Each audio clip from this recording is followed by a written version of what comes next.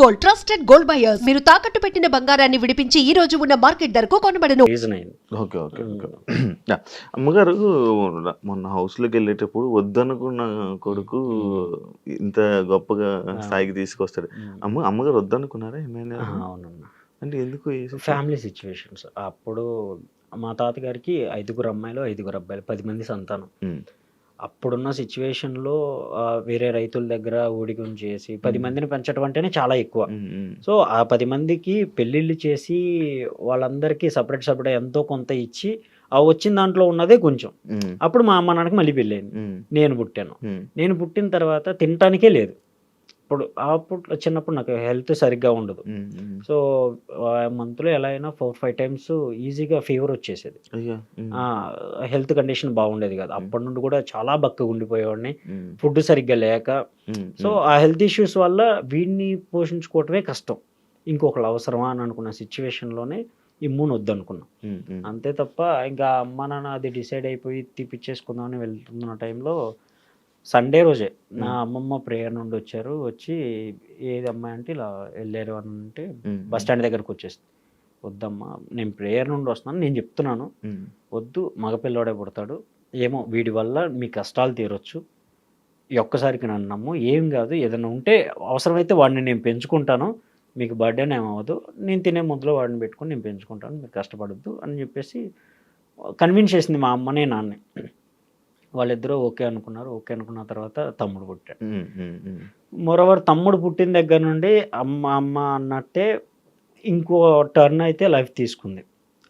కొంచెం కలిసి రావటం, నాన్న ఏ పనికి వెళ్ళినా కొంచెం అది ఓకే అవ్వటం, ఫర్దర్గా కొంచెం బిల్డ్ చేసుకుంటూ వచ్చాం.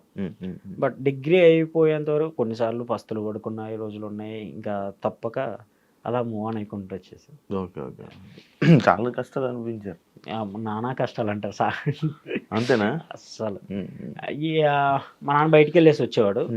వచ్చేసి ఫుడ్ పెట్టినా అని అంటే వద్దు, నేను బయట తినేసి వచ్చాను, మా ఫ్రెండ్ వాళ్ళు ఇంటికాడికి వెళ్ళేసాను, వాళ్ళు బలవంతం చేస్తే అక్కడ తినేసాను, నువ్వు తినేసి అక్కడ తినేసేవాడు కాదు.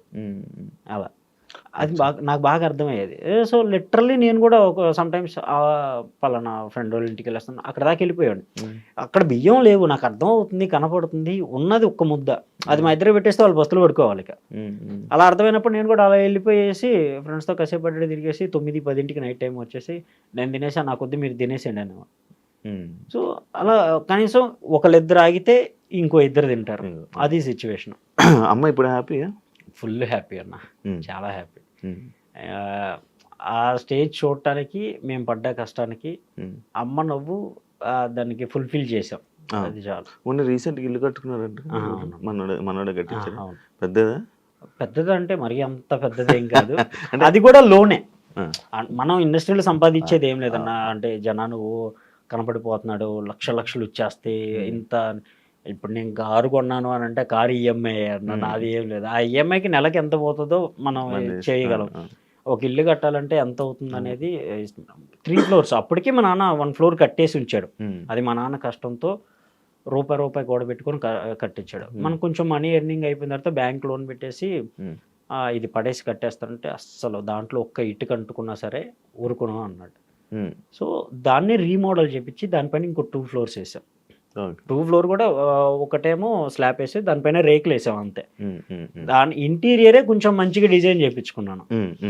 లైక్ ఫ్లవర్ వాజులు, మా అమ్మకి ఫ్లవర్ వాజులు పెట్టడానికి ఇల్లంతా గార్డెన్ చేసి పడేసింది.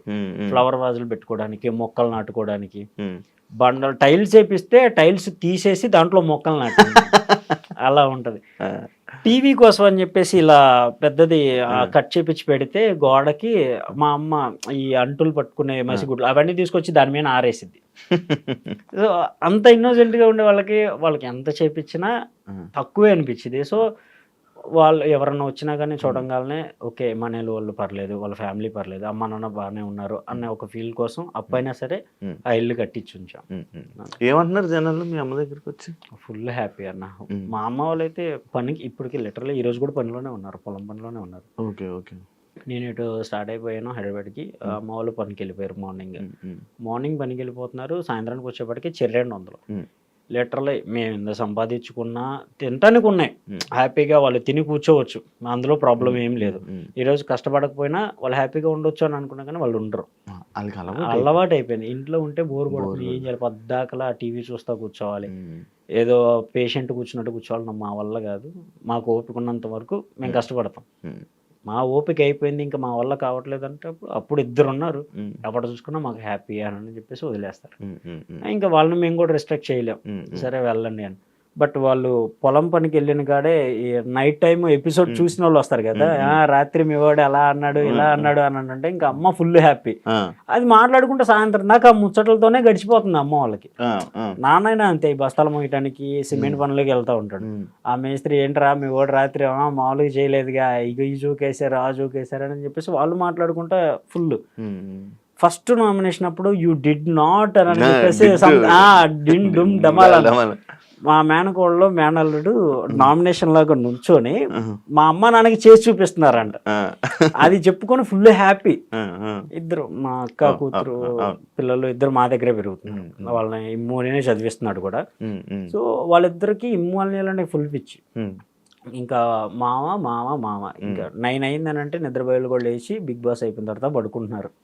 అంత అంటే మంత్లీ ఒకసారైనా వాడు ఇంటికి వెళ్ళి వచ్చాడు వాళ్ళ కోసమైనా. ఇప్పుడు చాలా డేస్ అయిపోయింది కదా, ఇంకా అవ్వట్లా. ఇంకా అందుకని తప్పక నేను వెళ్ళి కనపడాల్సి వస్తుంది. ఏడుస్తున్నాడు కదా, చూసారా మీ అమ్మ ఎప్పుడు ఏడడం? లేదు కదా, అసలు ఫీల్ అవుతున్నారా?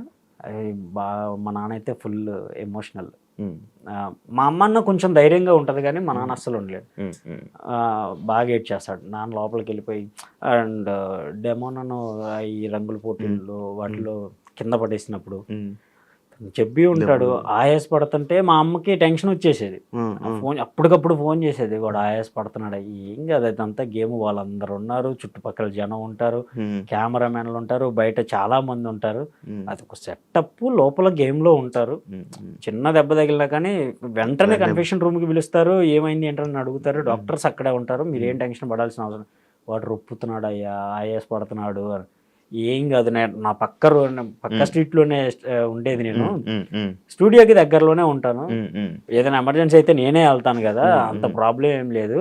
అంతగా ఇంకా వాళ్ళని ఎలా సర్ది చెప్పాలో తెలియక అక్కడ ఉన్న వాళ్ళు మనోళ్ళే, ఏం కాలేదంట, నేను ఇప్పుడే మాట్లాడాను మా ఫ్రెండ్తో ఫోన్ చెప్పించి, ఏం కాలేదు లేరా, వాడు ఇప్పుడే ఆడుకుంటున్నాడు, ముచ్చట్లు పెడుతున్నాడు, ఇప్పుడు జోక్ వేసాడు అని చెప్పేసి నేను కాన్ఫరెన్స్ తీసుకుని మమ్మల్ని కాన్ఫరెన్స్లో పెట్టి మాట్లాడిస్తే అప్పుడు పడుకున్నారు వాళ్ళు.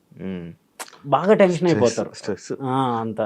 మనోడు లోపల ఉన్నారు కానీ గేమ్ మీరు ఆడుతున్నారేమో బయట.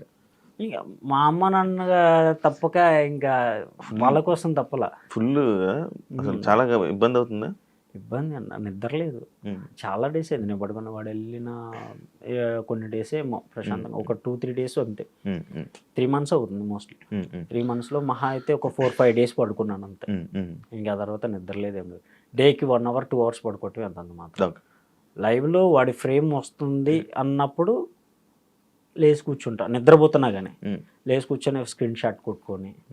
నా మెమరీ వాడే నాకు సమ్ టైమ్స్ గుర్తొచ్చేవాడు అన్న, ఎందుకంటే ఇద్దరం ఇక్కడే ఉండేవాళ్ళం. వాడు లేకపోతే వాడు midnight వచ్చినా సరే లేపి తిన్నావా అని నన్ను అడుగుతాడు. వాడు వచ్చి పడుకుంటే కాలు నొప్పులు పడుతుంటే నేను కాలు నొక్కుంటా కూర్చునేవాడిని. వాడిని అంత బాగా పెంచుకున్నా. వాడికి దూరంగా ఉండేప్పటికీ నాకు నిద్ర పట్టట్లా సరిగ్గా. సో సమ్ టైమ్స్ ఇంకా midnight 3కి 4కి స్టూడియో ముందుకు వెళ్ళిపోయి సమ్ ఫీలింగ్ ఆఫ్ ఆరా అన్న ఫీల్ అవుతానని స్టూడియో చుట్టుపక్కల ఒక రౌండ్ వేసి ఎర్లీ మార్నింగ్ వెళ్ళిపోయి చాయ్ తాగేసి ఆడ కూర్చునేవాడిని. బ్రదర్ బాండ్ ఎంత బాగుంటుంది నిజంగా అన్న, అసలు ఉండేవాడిని కాదు, అసలు ఉండలేకపోయా. ఫస్ట్ 4-5 weeks అయితే ఫుల్ ఏడ్ చేసా కూడా, అసలు ఉండలేకపోయా. నాకు వాడంటే చాలా ఇష్టం అన్న, చిన్నప్పటి నుండి వాడిని నేనే పెంచుకున్నాను. మా నాన్న ఒక్క మాట అన్నా కానీ ఊడుకున్నాను. వాడు అన్ని దూల పనులే చేస్తాడు, అన్ని దూల పనులే చేస్తాడు. లిటరలీ ఇక్కడ దెబ్బ ఉంటుంది, చిన్నప్పుడు బెచ్చెలు ఆట ఆడుతుంటే రాయి తీసుకుని నన్నే కొట్టాడు. నా తల పగలు కొట్టి నాకన్నా ముందు ఇంటికి వెళ్ళి అన్నయ్య కింద పడ్డాడు, తల పగిలింది, వాడు అన్ని దూల పనులు చేస్తాడు, మళ్ళీ నా మీదే రిటర్న్ కంప్లైంట్. ఇంటికి వెళ్ళిపోయేపటికే మా నాన్న వాడు చెప్పింది పక్కా నమ్మేస్తాడు. ఏం జరిగిందని కూడా అడగకుండా చెత్త కొట్టేశాడు నన్ను.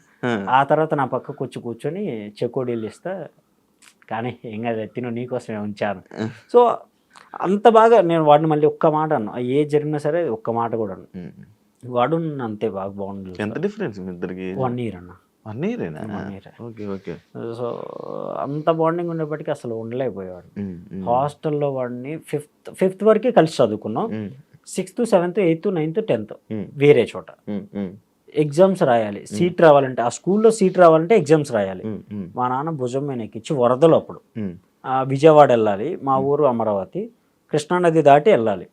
మా నాన్న భుజాన్ని ఎక్కించుకొని ఇద్దరిని మోయలేడు కాబట్టి నన్ను ఎగ్జామ్ వద్దన్నాడు. ఇక నువ్వు వద్దులే, నువ్వు అంతగా చదవలేదు, తమ్ముడు బాగా చదువుతాడు అంటే సరే తీసుకెళ్ళి నాన్న. వాడిని భుజాలు ఎక్కించుకొని ఫ్యాట్ తల మీద పట్టుకున్నాడు.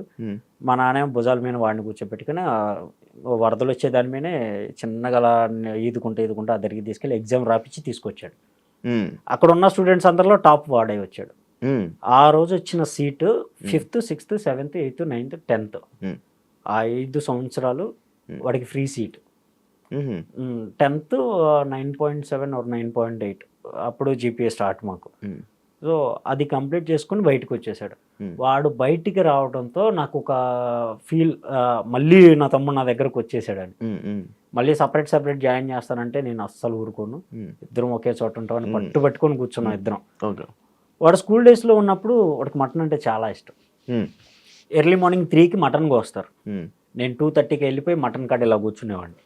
మా నాన్న జేబులో, నిద్రపోయేవాడి జేబులో డబ్బులు తీసుకుని వెళ్ళిపోయి మటన్ తీసుకుని వచ్చేసి మా అమ్మని లేపి 6 కల్లా క్యారేజ్ రెడీ చేయించేవాడిని. 10కి స్కూల్ గేట్లు ఓపెన్ చేస్తారు స్టడీ అవర్స్ అయిపోయి. 10 కనంటే నేను 7 కల్లా అక్కడ ఉండేవాడిని. 3 hours వాడు ఎప్పుడు బయటకు వస్తాడని క్యారేజీ పట్టుకొని గేట్ ముందు నుంచునేవాడిని. గేట్ ఓపెన్ చేయగానే ఫస్ట్ పరిగెట్టుకుంటూ వచ్చేది వాడే. వచ్చేవాడు ఒక చెట్టు కింద కూర్చునేవాడిని, పట్ట లాంటిది వేసుకొని, బియ్యం బస్తాలు ఉండే కదా, ఆ పట్ట సంకన పెట్టుకొని క్యారేజ్ పట్టుకొని ఉంచునేవాడిని. వాడు రాగానే నా పట్ట వేసుకొని కూర్చొని ఇద్దరం కలిసి కూర్చొని తిని, వాడికి వెళ్ళేటప్పుడు నా దగ్గర మిగిలిన 5 రూపాయలు 10 రూపాయలు వాడి చేతులు పెట్టేసి మళ్ళీ 70 కిలోమీటర్లు వచ్చేవాడిని ఆటోలో. 70 కిలోమీటర్లు అచ్చంగా వాడిని చూడటానికి ఎవ్రీ సండే వెళ్ళేవాడిని. అంత ఇష్టం. 1 వీక్ వెళ్ళకపోయినా వాడు కన్నా ఫేవర్ రావాలి, నాకన్నా ఫేవర్ రావాలి, దిగులు వేసుకొని. అంత బాండింగ్ ఉంది. మనోడు నార్మల్గా ఫన్నీ అంటే ఇప్పుడు గొడవ పడతాడు, నామినేషన్ చేస్తాడు, మళ్ళీ ఇల్లు కలిసిపోతాడు. ఎందుకు అలాగే ఉంటాడు? అంతే బయటైనా అంతే అన్న. ఇప్పుడు సమ్ ఎమోషన్స్ అనేది ఇంకా అన్కంట్రోల్డ్, అది ఎవరికైనా అంతే. ఆ టైం సిచ్యువేషన్ బట్టి ఏదో అరిచేస్తాం కానీ తర్వాత కూర్చొని థింక్ చేస్తే అది రైట్ ఆర్ రాంగ్ అనేది అప్పుడు అర్థం అవుతుంది. సో ఆ పాయింట్ ఆఫ్ వ్యూలో వెళ్ళి తర్వాత సర్ది చెప్పుకోవటము, మళ్ళీ కలిసిపోవటము. సరే హర్ట్ అయ్యారంటే సారీ చెప్పటము, ఇంకా బాగా హర్ట్ అయ్యారంటే కనీసం వాళ్ళు నవ్వించడానికి ట్రై చేస్తాడే తప్ప రియల్గా అయితే అసలు యాంగర్ పర్సన్ కాదు. నామినేషన్ ప్రాసెస్లో అయినా సరే ఇది అని గట్టిగా మాట్లాడతాడు తప్ప అరవడు. లైక్ నువ్వు ఇది అని కన్ఫామ్గా చెప్పడు, దాన్ని సర్ది చెప్పుకుంటాడు. ఓకే డన్ చేసేసే, అవసరమైతే పక్కకి వెళ్ళిన తర్వాత కూర్చోబెట్టి మాట్లాడే మనస్తత్వంగా గొడవ పడ్డు.